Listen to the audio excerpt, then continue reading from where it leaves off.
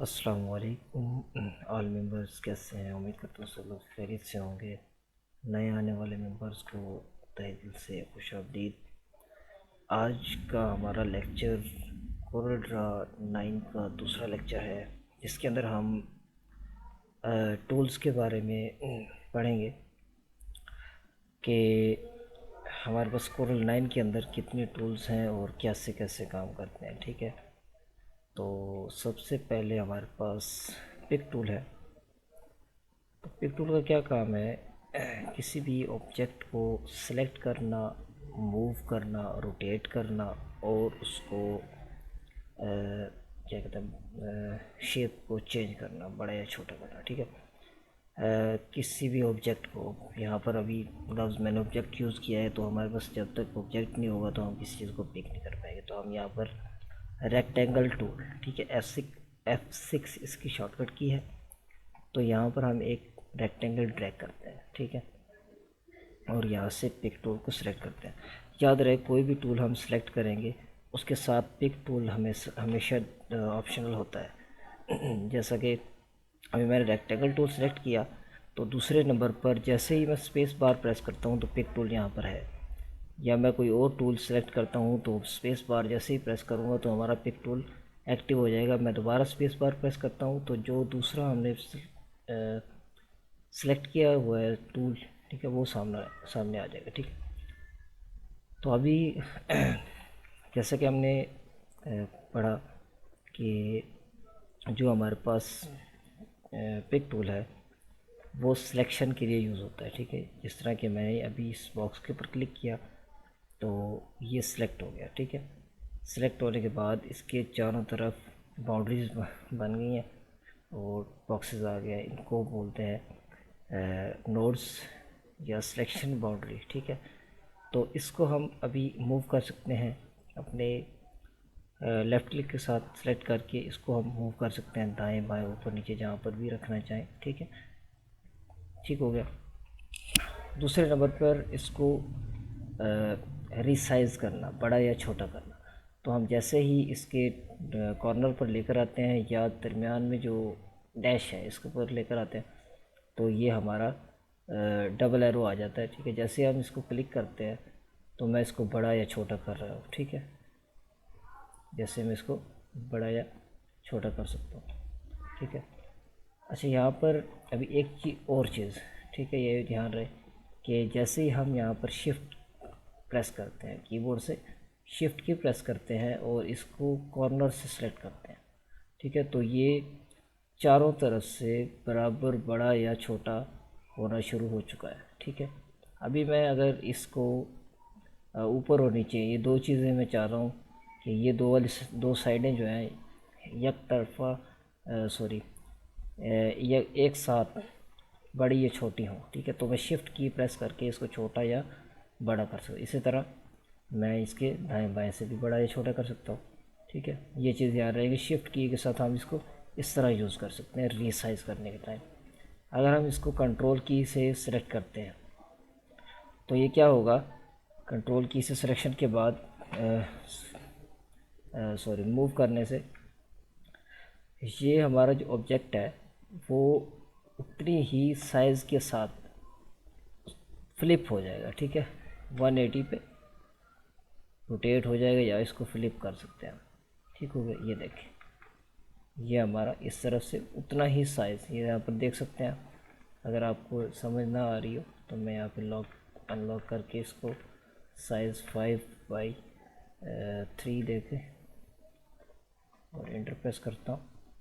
अभी 5/3 का है तो मैं कंट्रोल के साथ इसको इस तरफ मूव करता हूँ। यहाँ पर देखिए रोटेशन 180 आ गई और जो इसका साइज़ है वो सेम है। ठीक है, यहाँ पर लोकेशन भी इसकी चेंज हो चुकी है, तो यहाँ पर ये देख सकते हैं। उसके बाद हम आल्ट की के साथ अगर प्रेस करते हैं तो इसमें कोई भी इतना फ़र्क नहीं होता। ठीक हो गया। यहाँ पर मैं एक और चीज़ ऐड करता चला जाऊँ कि अगर हम इसको मूव कर रहे हैं और यहाँ पर हम इसकी डुप्लिकेट एक लेना चाहते हैं, ठीक है, इस जगह पे डुप्लिकेट एक लेना चाहते हैं, तो यहाँ पर ले जाकर जैसे ही मैं इसको मूव करता हूँ और यहाँ पर मैं लेफ़्ट क्लिक छोड़े बगैर राइट क्लिक को मैं प्रेस कर देता हूँ, तो आप लोग देख सकते हैं हमारे माउस के ऊपर या जो हमारा कर्सर है वहाँ पर प्लस का निशान आ गया। इसका मतलब है कि हमारी ये कॉपी बन चुकी है। इस तरह आप इसकी कॉपी ले सकते हैं। कीबोर्ड से भी हम प्लस का जो ऑप्शन है इसको प्रेस करके कॉपी ले सकते हैं। ठीक हो गया, ये दो ऑप्शन है कॉपी लेने के। अभी इसके अंदर ये हमने कर दिया। अभी इसके अंदर आ जाता है रोटेशन, रोटेट करना। तो रोटेट हम कैसे करेंगे, यहाँ पर इसके लिए मज़ीद टूल भी दिए गए हैं, ठीक है, लेकिन हम यहाँ पर पिक टूल का ही यूज़ करेंगे। हम जैसे ही इसके ऊपर एक मरतबा क्लिक करते हैं तो यहाँ पर हमारे पास बॉक्सेस है, वहाँ पर डबल एरोज़ आ गए। इसका मतलब क्या है कि हम इसको रोटेट कर सकते हैं। ठीक है, दरमियान में ये सेंटर पॉइंट है हमारा, इस सेंटर पॉइंट को हम मूव भी कर सकते हैं। कंट्रोल की प्रेस करेंगे तो ये बिल्कुल सेंटर में इसकी लाइन हो जाएगा। तो मैं इसको इसकी चारों तरफ घुमा सकता हूँ। ठीक है, ये देखें, ठीक हो गया। तो उसके बाद हम यहाँ से इसको जो है कर्व भी कर सकते हैं। ठीक हो गया। इस बॉक्स को या कोई भी शेप हमारे पास, कोई भी ऑब्जेक्ट हमारे पास है, उसको हम इस तरह कर्व भी कर सकते हैं। अगर मैं इसको इस जगह से यहाँ पर से रोटेट करना चाह रहा हूँ तो इसको हम अपने सेंटर पॉइंट को उसी जगह पर रखेंगे और इसको इसको हम यहाँ से रोटेट करेंगे। हमारा जो एंकर पॉइंट है या सेंटर पॉइंट है यहाँ पर बन गया और इसी के चारों तरफ ये घूम रहा है। बेशक हम यहाँ से ही पकड़ के करें, बेशक हम यहाँ से ही पकड़ के, जिस भी कॉर्नर से पकड़ के इसको घुमाएंगे ये मूव होगा। ठीक है, ये हमारा पिक टूल का फंक्शन हो गया। मज़ीद जो हमारे पास दूसरा टूल आता है वो हमारे पास आता है शेप टूल। F10 इसकी शॉर्टकट की है, शेप टूल। ठीक है, अभी शेप टूल की यहाँ पर हमारे पास थोड़ी ही समझ आएगी, क्योंकि जो हमारा ऑब्जेक्ट है वो एक रेक्टेंगल है और वो विदाउट कर्व है। अभी कर्व के बारे में मैं आपको बता दूं कि जब हमारा ऑब्जेक्ट लॉक्ड होता है, ठीक है, तो हम उसको सिर्फ उतने ही टाइम के लिए उसके अंदर चेंज नहीं कर सकते हैं जितने टाइम्स के जो ऑप्शंस होते हैं हमें कोरल्डा अलाउ करता है। जिस तरह कि इसके बॉक्स को हमें अलाउ किया गया है कि हम इसके अंदर इसको सिर्फ रोटेट कॉर्नर कर्व कर सकते हैं। ठीक है, यहाँ पर लॉक्ड है। तो आप नोट करेंगे कि ये प्रॉपर्टी व्यू आ रहा है। ठीक है, इसके लास्ट में ये ऑप्शन एक दिया गया। ठीक है, इसके ऊपर अगर कर्सर लेकर जाते हैं तो यहाँ पर देखें कन्वर्ट टू कर्व। ठीक है, तो कंट्रोल क्यू इसकी शॉर्टकट की है, कंट्रोल क्यू के साथ हम इसको कर्व भी कर सकते हैं। यहाँ पर देखें, तो मैं यहाँ से इसको क्लिक करता हूँ तो यह भी कर्व हो गया। जहाँ पर हमारे पास कॉर्नर राउंड करने के लिए ऑप्शंस दिए गए थे वहाँ पर हमारे पास लाइंस आ गई हैं। ठीक है, इनके हम आउटलाइंस की बढ़ा सकते हैं, स्टाइलिश कर सकते हैं, ये हम बाद में पढ़ेंगे। अच्छा, अभी अब शेप टूल के बारे में पढ़ रहे थे, तो यहाँ पर देखें इसके नोड्स फ्री हो गए, इसके नोड्स फ्री हो चुके हैं। जो कि पहले हमने क्लिक किया था तो वो क्या कर रहा था, इसको राउंड कर रहा था चारों तरफ को, लेकिन अभी क्या है, एक एक नोड को हम अलग से सिलेक्शन कर रहे हैं, इसको नोड बोलते हैं। और इसके अंदर हम नोड को सिलेक्ट भी कर सकते हैं, ऐड भी कर सकते हैं, रिमूव भी कर सकते हैं। डबल क्लिक करें। ठीक है, नोड को ऐड करने का तरीका ये है कि आप इसके लाइन के ऊपर जाएंगे, जब ये साइड पर लाइन थोड़ी सी कर्व नज़र आए उसके ऊपर हम डबल क्लिक करें तो यहाँ पर ये ऐड हो सकता है। अगर डबल क्लिक ना करना चाहें, आप एक मरतबा क्लिक करें, यहाँ पर आके प्लस प्रेस करें तो यहाँ पर ऐड हो जाएगा। उसके बाद जो है एक मरतबा क्लिक करें, प्लस प्रेस करें कीबोर्ड से, तब भी ये ऐड हो जाएगा। डबल क्लिक करेंगे, जो नोड होगा उसी को डबल क्लिक करेंगे तो रिमूव भी हो जाएगा। उसी तरह यहाँ से भी हम रिमूव कर सकते हैं और इसी तरह यहाँ से कीबोर्ड से हम नेगेटिव प्रेस करके भी रिमूव कर सकते हैं। दोनों ऑप्शन के तीन तरीके हैं, 3 के 4। ठीक है, तो ये हो गया हमारा शेप टूल। अभी शेप टूल के अंदर हमारे पास यहाँ पर हम पढ़ते हैं टेक्स्ट टूल। टेक्स्ट टूल का सबको पता है कि टेक्स्ट टूल के साथ हम टाइपिंग कर सकते हैं। ठीक है, यहाँ पर मैं लिखता हूँ मोहम्मद। ठीक है, और मैं शेप टूल सेलेक्ट करता हूँ, ठीक है। तो यहाँ पर हमारे पास जो शेप टूल है, शेप टूल के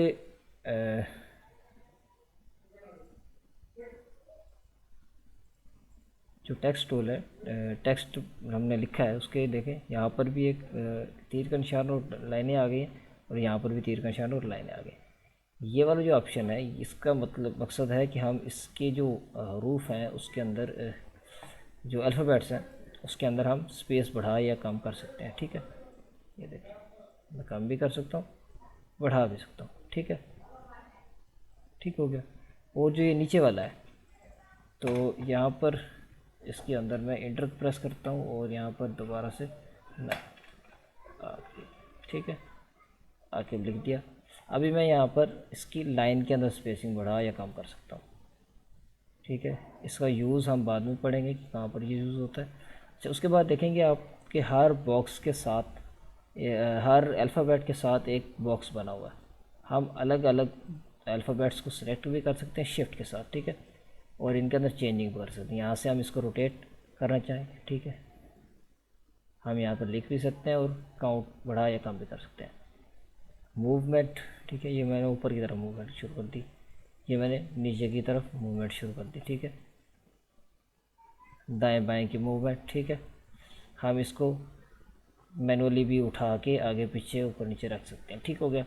और इनका अलग से स्टाइल भी चेंज कर सकते हैं, ये देखें, ठीक है।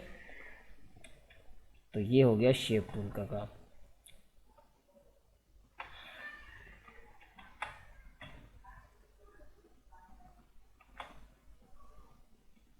उसके बाद हमारे पास आ जाता है नाइफ़ टूल, ठीक है।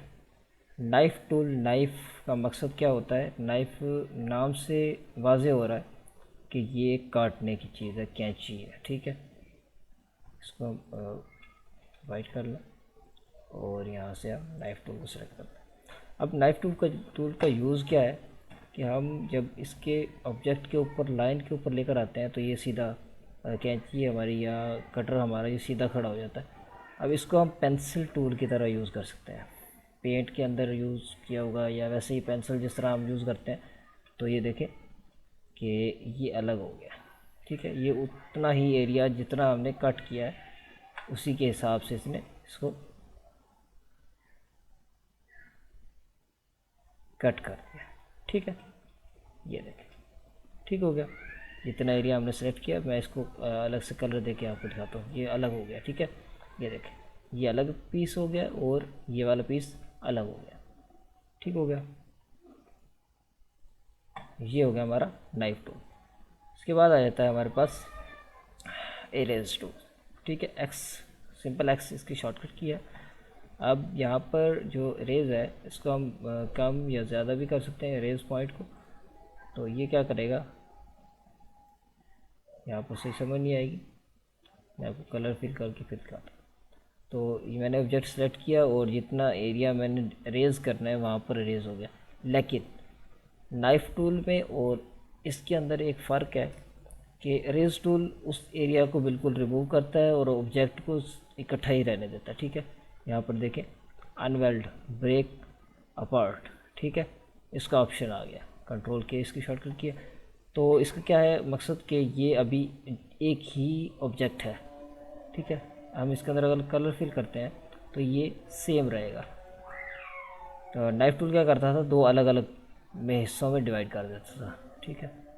अच्छा, उसके बाद जो है हमारे पास ये हो गया रेज टूल, रेज करने के लिए, ठीक है।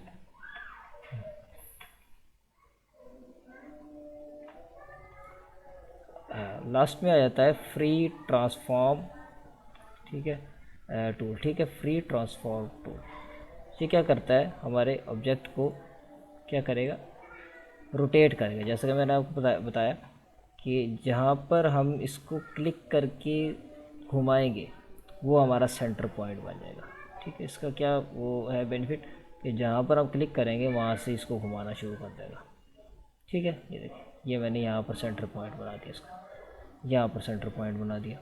ये कोई ऐसे ऑब्जेक्ट्स आ जाते हैं कि आपको किसी फिक्स पॉइंट के ऊपर घुमाना है और आपको समझ नहीं आ रही कि जो हमारा ये पॉइंट है जो पिक टूल के साथ आता है। तो ये किस तरह कहाँ पर एडजस्ट करें, ठीक है। तो इसके लिए हमें ये फ्री ट्रांसफॉर्म टूल दिया गया है, ठीक है।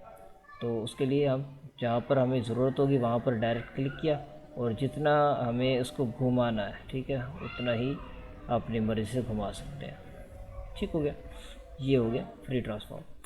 लास्ट में हमारे पास है एक जूम टूल और हैंड टूल। जूम टूल, अभी पहले मैंने कुछ कमांड्स यूज़ की पेपर को जूम करने के लिए और ऑब्जेक्ट्स को जूम करने के लिए। तो वो मैं कमांड्स आपको अभी बता देता हूँ कि जब हमारा पेपर, खासकर ये हमारा पेपर बाउंड्री है, ठीक है, ये वाली जो ब्लैक कलर की लाइन आ रही है, तो इसको हमने शो करना है, ठीक है। तो जूम टूल के साथ हम यहाँ पे आके एक तो मैनुअली तौर पर हम जूम करेंगे, ठीक है, ठीक है। एक और तरीका है कि हम इसको शिफ्ट F4 कीबोर्ड से शिफ्ट F4 प्रेस करते हैं, या फिर यहाँ पर देख लें zoom to page, shift F4 इसकी शॉर्टकट की आ रही है। इसको हमने बिल्कुल जूम आउट कर दिया, सॉरी जूम इन कर दिया, और यहाँ पर क्लिक किया तो ऑटोमेटिकली ये सामने आ गया। तो ये देखें, ये देखें, ठीक है। अच्छा, उसके बाद यहाँ पर आ जाता है जूम टू पेज विड्थ, ठीक है। जो हमारी ये पेज की विड्थ है इसके मुताबिक ये जूम हो गया। जूम टू पेज हाइट, तो पेज हाइट के मुताबिक ये जूम हो गया, ठीक हो गया। तो इसका हम, ठीक है। अच्छा, उसके बाद एक और चीज़ आ जाती है यहाँ पे कि हमारे पास काफ़ी सारे ऑब्जेक्ट्स हैं, ठीक है। तो यहाँ पर मैं और मज़ीद भी लगा देता हूँ, ठीक, ठीक है, ठीक है। अब हमने ये वाला जो ऑब्जेक्ट है हमने सेलेक्ट किया है, इसको जूम करना है, तो शिफ्ट F2, ठीक है, सेलेक्ट करके जो भी आपको ऑब्जेक्ट चाहिए जूम करना है उसको, तो शिफ्ट F2 प्रेस करेंगे। तो सिलेक्शन करनी ज़रूरी है, पहले सिलेक्शन करके शिफ्ट F2 प्रेस करना ज़रूरी है, तो वो हमारा ऑब्जेक्ट सामने आ जाएगा, ठीक है। सिंपली F4 प्रेस करते हैं, ठीक है, ये हमारा बिल्कुल जूम आउट हो गया। तो जैसे ही मैं यहाँ पर F4 प्रेस करता हूँ तो जहाँ जहाँ, चलो मैं आपको एक और चीज़ बता देता हूँ कि यहाँ पर अभी हमारा ऑब्जेक्ट पड़ा है, यहाँ पर है, यहाँ पर है, यहाँ पर, और शिफ्ट F4 में प्रेस करता हूँ तो ये हमारा सिर्फ पेज है। मैं चाहता हूँ कि पूरी शीट के ऊपर जितने भी हमारे ऑब्जेक्ट्स हैं वो सामने आ जाए, तो सिंपली F4 प्रेस करेंगे तो जितने भी ऑब्जेक्ट्स जहाँ जहाँ पड़े हैं वो सामने हमारे शो होना शुरू हो जाएंगे, ठीक है। मैं इसको उठा के अभी इजीली अपने पेज के ऊपर रख सकता हूँ, ठीक है, ये देखें, ठीक है। अब सिंपली F4 प्रेस करता हूँ तो ये हमने पेज को जूम कर लिया, ठीक हो गया। अभी ये देखें, ये शॉर्टकट कीज़ आपको आनी चाहिए, इससे काम हमारा काफ़ी फास्ट हो जाता है। बाकी मज़ीद मिलते हैं इंशाल्लाह अगले लेक्चर में। अपना ख्याल रखिएगा, दुआ में याद रखिएगा। खुदा हाफिज़।